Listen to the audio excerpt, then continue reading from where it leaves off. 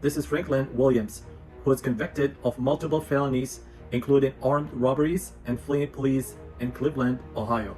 Again, I'm going to interrupt. Mr. Williams, listen to me. I'm going to gag you in 1 second. Williams conducted 3 armed robberies before leading police on a high-speed chase. He was later arrested and convicted. Now, at his sentencing, Williams would not stop talking, despite multiple warnings from the judge.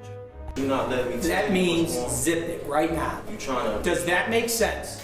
No, it doesn't. That's a violation of the HIPAA law, Judge. Here we go.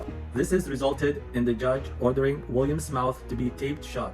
Spit on, attempt to bite, or injure any of my deputies, you're gonna have a bad day. Here's what it is.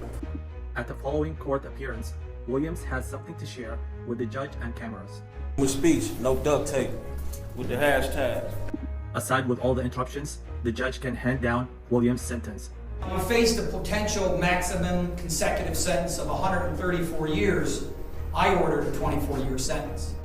After Williams received 24-year prison sentence, the judge later apologized for the duct tape, and throughout that sentence, he then appointed a new judge where she sentenced him to 33 years behind bars. This is Camia Gamet, who is charged with the murder of her boyfriend in Jackson, Mississippi. Reportedly, the attack happened during an argument between the two individuals and ended with the boyfriend being violently stabbed to death. Gamet was arrested on first-degree murder charges in court. Gamet would claim her murder was in self-defense and her boyfriend was attacking her, but in the end, she was found guilty of murder. The way I was portrayed, mostly everything was lies. There was a little bit of truth, but mostly I was convicted off of lies. We now moving into sentencing, where Gamet reportedly kept interrupting the judge. You're gonna shut your mouth or I'm gonna have some duct tape put on it. With Gamet showing no respect, the judge had some final words. You stabbed, you stabbed, you stabbed, you stabbed until he was dead. I agree with the family. I hope you die in prison as well. You know, if this was a death penalty state, you'd be getting the chair. In the end, Gamet was sentenced to life in prison without the possibility of parole. This is Christopher McNabb, who's facing charges for the murder of his 2-week-old child in Georgia after the child's mother reported the baby missing to police. Local law enforcement immediately launched a search.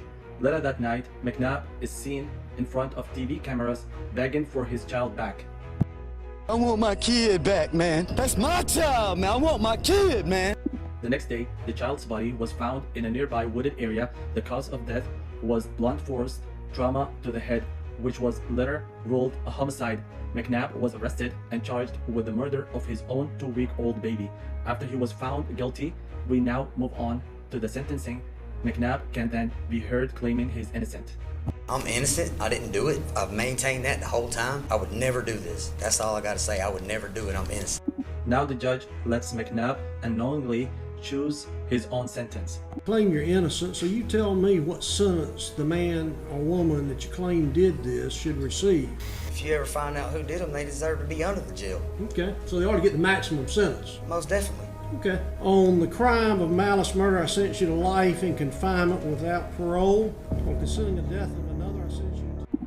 After McNabb was handed down the maximum sentence, he was moved to prison in Georgia, where he's serving his life sentence. This is Kimberly Kessler, who was charged with the murder of her co-worker in Nassau County, Florida. Jordan Beard is Jolene Cummings' cousin. Kessler was working at a Tingle's hair salon under a fake name. She reportedly was on the run for 25 years and wanted in several states. She wouldn't be found until she murdered her co-worker with scissors and allegedly disposed of her body. This is Kessler after she was arrested and waiting trial. Are we on mute anyway, so I can say whatever the I want? We're not on mute. Oh, okay. And this is what it was like to supervise her in jail. Began to remove feces from styrofoam trays in the back of her cell and smear it on herself on the walls. She began to throw feces at Smith, Miller, and I.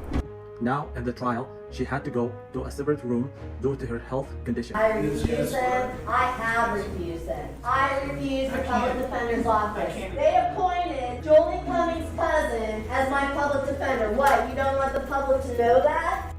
And she continuously made false claims about her former public defender. Jordan Beard is Jolene Cummings' cousin. Jordan Beard is Jolene's cousin. She was later found guilty of first-degree murder and was sentenced to life in prison without parole.